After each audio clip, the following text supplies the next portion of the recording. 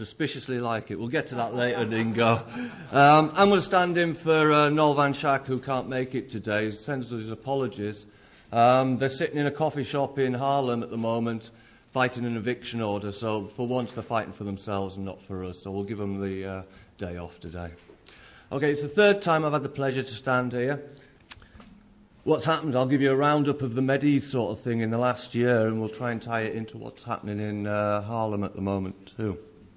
Biz Ivor, we spoke about her last year, the chocolate magician from Orkney. She got raided, unfortunately, and taken out the picture. The chocolate production was then transferred to Cumbria. Tony Taylor of Tony's Hemp Corner, he was busted, and 13 kilos of Medi wheat taken. Colin Davis, as we've heard, opened a coffee shop to help supply the sick Medi users in the UK because he was so overswamped he had no other option but to open a coffee shop.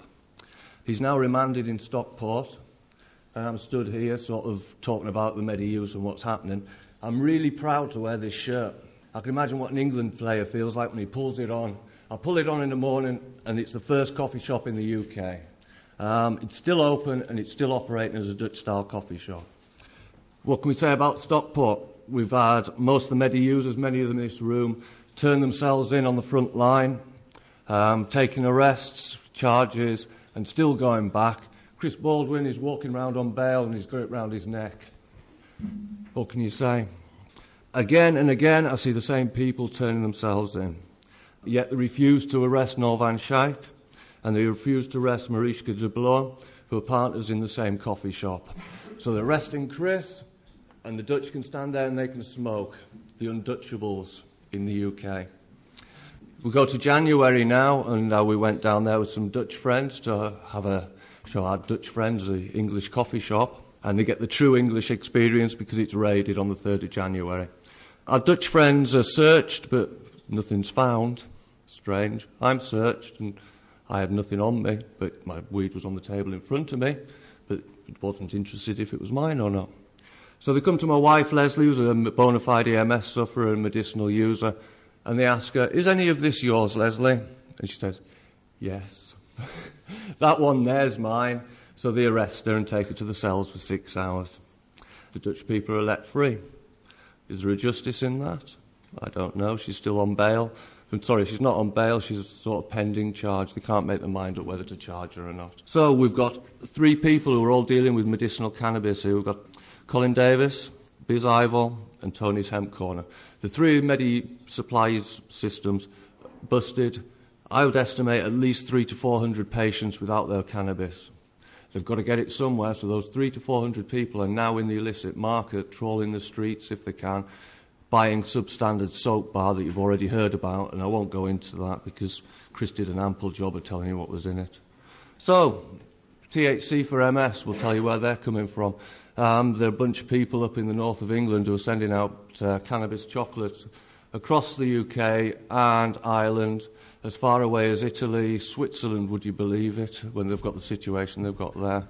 And we're getting inquiries from the USA. A little bit about them. They supply the chocolate, as I've explained. Here's a bar here. How it works is they trawl the underground cannabis scene in the UK. They put out requests on the internet, and they basically ask the growers and the smokers to, hey, part with a bud, part with several buds, and if you're growing a room full, part with a percentage of it. Send it to somebody, and if you want to know who it is, we can tell you how to get in touch with them. Send that weed to them, and they will grind it up into a fine cannabis flour, mix it with chocolate, mould it, wrap it, pack it, and post it to MS sufferers all over the world free of charge. It's purely selfless. There's absolutely no money to be made in it whatsoever, but the medicinal users get their medicine.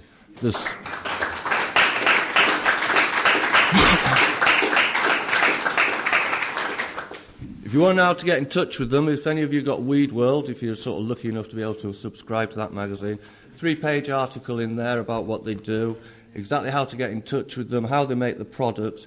It's not about just them making the product. They'd like other people to join in, and they make the product also.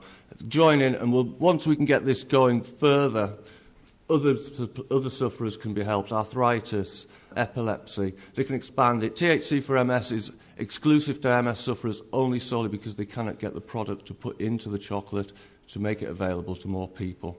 The more people who become involved, the more people can take part in it. There's so many. It's the wonder wet medicine. It certainly is. I mean, there's so many ailments. So THC for MS have now been sending representatives. They've been taken seriously. Basically, we got invited down into John Moores University at Liverpool and spoke at the British Pharmaceutical Students Association alongside GW Pharmaceuticals. That was an amazing day. Packed lecture hall, about 250 students in there. And they were amazed. We showed them the product. The product was passed around the audience, and we invited them to actually turn us in.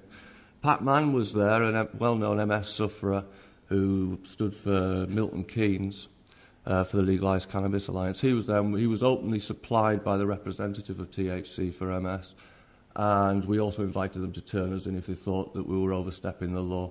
There's 250 people there, and nobody was arrested. Back to Stockport, Jeff Ditchfield, the guy who was opening the cafe in Rhyl in Wales, was arrested for supplying Pat Mann with 1 square of this product outside the magistrate's court. We estimated that the 1 square of cannabis he was arrested with was worth about 63p if the product that was in it had been paid for and not donated. So I'll tell you a little bit about Noel and the coffee shop courses and where that's all coming from and how it all ties in. I was lucky enough to come back from being invited to Harlem by Noel to see how it was all working. We flew over, Leslie and myself, and we attended the course. Chris was there also. What can I say? I don't want to take too much time on it, but what I would say is if anybody gets the opportunity to go, meet these people, do it. The doors are open over there and they want to share their information. I'm sure they'll work out some sort of way of you getting there and affording to pay the course or whatever. But if you're serious about cannabis and you want to see where the Dutch are coming from, see where they were at 30 years ago. We're just about there now. 30 years ago in 72, they got their first coffee shop open, Mellow Yellow. We've got our first one open now, Dutch Experience in Stockport. The Dutch Experience 2 in Bournemouth's now open, and I believe that one hasn't been raided. Touch wood, it doesn't happen. These people are absolutely fantastic. They're getting out there and they're doing the job. And without people doing that job, we'll just sit here and roll another joint and, talk about it. Talk about it all day long. Let's get out there and do it. So what we're proposing now is a coffee shop up in Carlisle in Cumbria.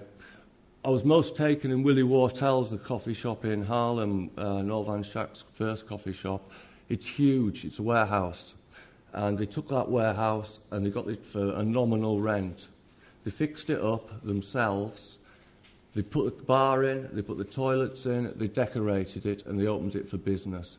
And it's still open today. That's the one they sat in trying to keep. I can see that in England now. We can do that. We don't need millions of pounds in our pockets to do this. We don't need big business to do it. We just need groups of people who are prepared to get dirty and do the job. It's a community project. It's a club. And that's what I saw. In that club, you saw people from 18 years of old to 70 years. And it was everybody. It was a real community. So I'll just nearly tied it up with what THC for MS is trying to finish off with the weed donations and get the product expanded into other ailments. We've produced the UK's first cannabis cup.